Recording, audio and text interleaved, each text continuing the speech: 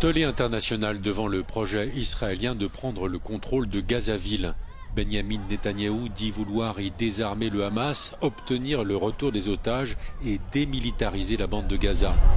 Le Premier ministre israélien espère aussi la mise en place d'une administration civile qui ne soit ni le Hamas ni l'autorité palestinienne. Le Premier ministre britannique Keir Starmer condamne le projet de Benyamin Netanyahou et estime que la décision d'Israël de poursuivre l'escalade de son offensive à Gaza est erronée. De son côté, le chef de l'opposition israélienne Yair Lapid craint une catastrophe qui conduira, selon lui, à une faillite diplomatique.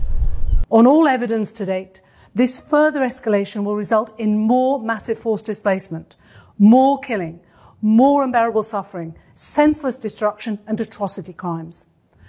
The war in Gaza must end now. La presse israélienne rapporte par ailleurs de fortes réserves exprimées par le chef d'état-major de Tsahal. L'armée israélienne compte néanmoins renforcer dans les prochains jours sa planification opérationnelle. L'Allemagne annonce la suspension temporaire de toute exportation vers Israël d'armes qui pourraient être utilisées dans la bande de Gaza. La décision allemande intervient au lendemain de l'approbation par le cabinet de sécurité israélien du plan de Benyamin Netanyahou. Le Premier ministre israélien a pour objectif de prendre le contrôle de Gazaville et d'y déloger le Hamas. Le chancelier allemand dit avoir de plus en plus de difficultés à comprendre le plan militaire israélien. Friedrich Merz souligne dans la même déclaration le droit d'Israël à se défendre de la terreur du Hamas. Le chancelier précise par ailleurs que la libération des otages aux mains du Hamas et les négociations pour un cessez-le-feu sont la priorité absolue. L'Allemagne est le deuxième fournisseur d'armes d'Israël, loin derrière les États-Unis. Le symbole des mains rouges à nouveau utilisé pour dénoncer les victimes de Gaza. En avril 2024, le même signe utilisé par des étudiants de Sciences Po à Paris avait provoqué une vive polémique. Dans le contexte du conflit israélo-palestinien, les mains rouges symbolisent le massacre à main nue des Israéliens Yossif Avrahami et Vadim Norznig le 12 octobre 2000 à Ramallah. À Lisbonne, les manifestants l'ont arboré pour dénoncer les enfants tués à Gaza. Les manifestants estiment qu'il s'y déroule un génocide, une analyse qui, elle aussi, fait polémique. É genocídio que está a acontecer em Gaza, portanto, acho que é uma urgência mundial, é a obrigação de não podemos ficar em silêncio, acho que a sociedade civil tem que fazer qualquer coisa, o mínimo que seja, não pode ser só fazer like nas redes sociais, temos que ir um bocadinho além disso.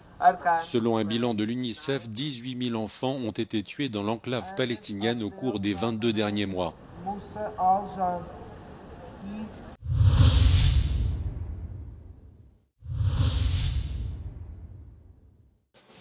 50 millions de dollars pour la capture de Nicolás Maduro. Les États-Unis annoncent doubler la récompense qui passe de 25 à 50 millions pour l'arrestation du président vénézuélien accusé d'être l'un des plus grands narcotrafiquants au monde. La récompense concerne les informations qui permettraient de procéder à son arrestation et à celle de son ministre de l'Intérieur. L'administration Trump lui reproche de collaborer avec des cartels pour acheminer aux États-Unis d'importantes quantités de cocaïne contenant du fentanyl. Pam Bondi, la procureure générale, indique que le ministère de la Justice a procédé à la saisie de plus de 700 millions de dollars d'actifs qui seraient liés au président Maduro, avec notamment 2 jets privés et près de 7 tonnes de cocaïne.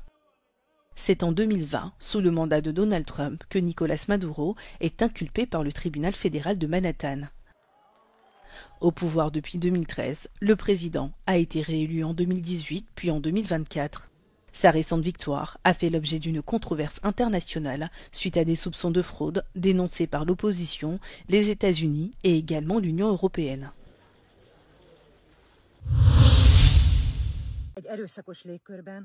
Ils veulent faire disparaître les affiches politiques dans les lieux publics. En Hongrie, l'association Loop a lancé une pétition fin juillet pour la suppression des messages à caractère politique des espaces publics. Depuis, ils ont déjà obtenu plus de 180 000 signatures.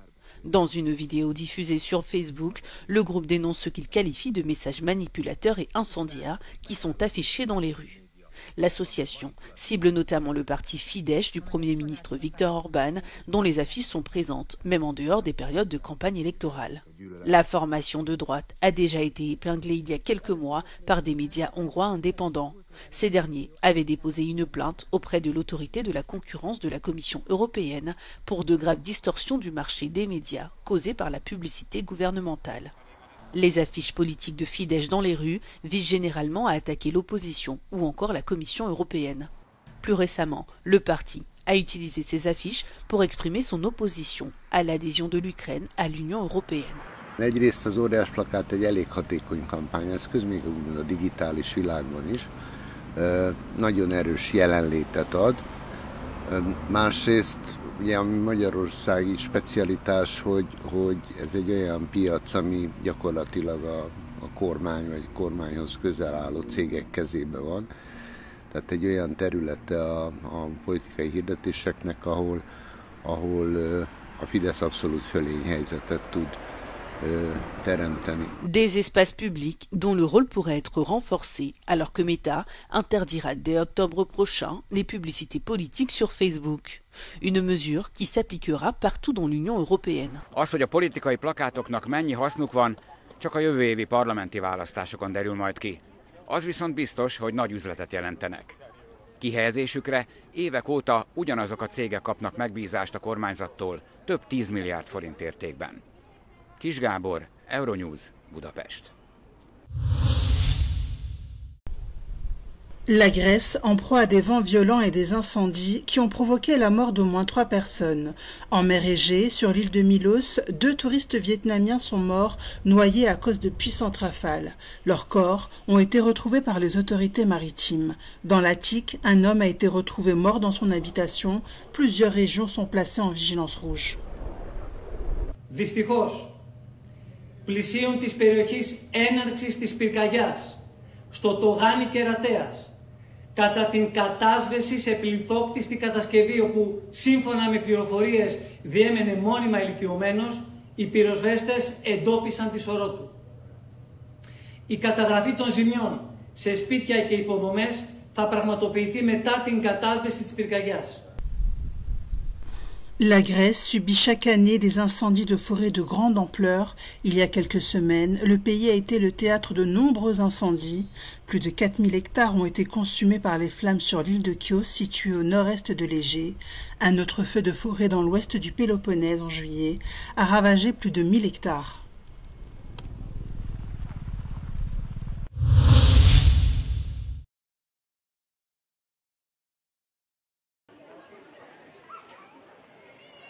L'Espagne affronte depuis le début du mois d'août une vague de chaleur intense. Selon les prévisions météorologiques, les températures devraient rester élevées jusqu'en milieu de semaine prochaine. Dans certaines régions, le thermomètre pourrait atteindre jusqu'à 43 degrés.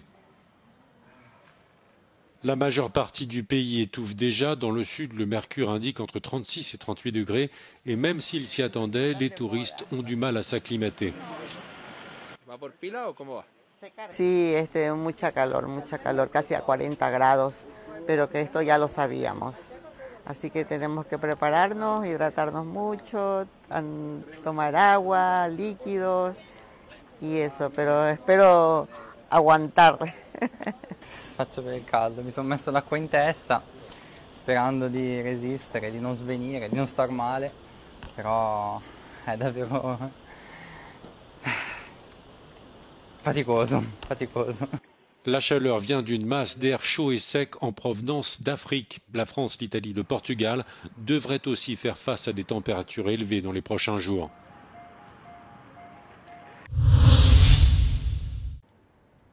Les pays européens sont confrontés à des vagues de chaleur extrêmes. Conséquence, les grandes villes suffoquent car ce sont les personnes qui y vivent qui sont le plus touchées. Cela s'explique par l'effet d'îlot de chaleur urbain, un phénomène qui a pour conséquence des températures nettement plus élevées dans les zones urbaines que dans les zones rurales durant les vagues de chaleur. Les scientifiques ont constaté que les températures de surface dans les villes étaient parfois supérieures de 10 à 15 degrés à celles des zones rurales pendant l'été.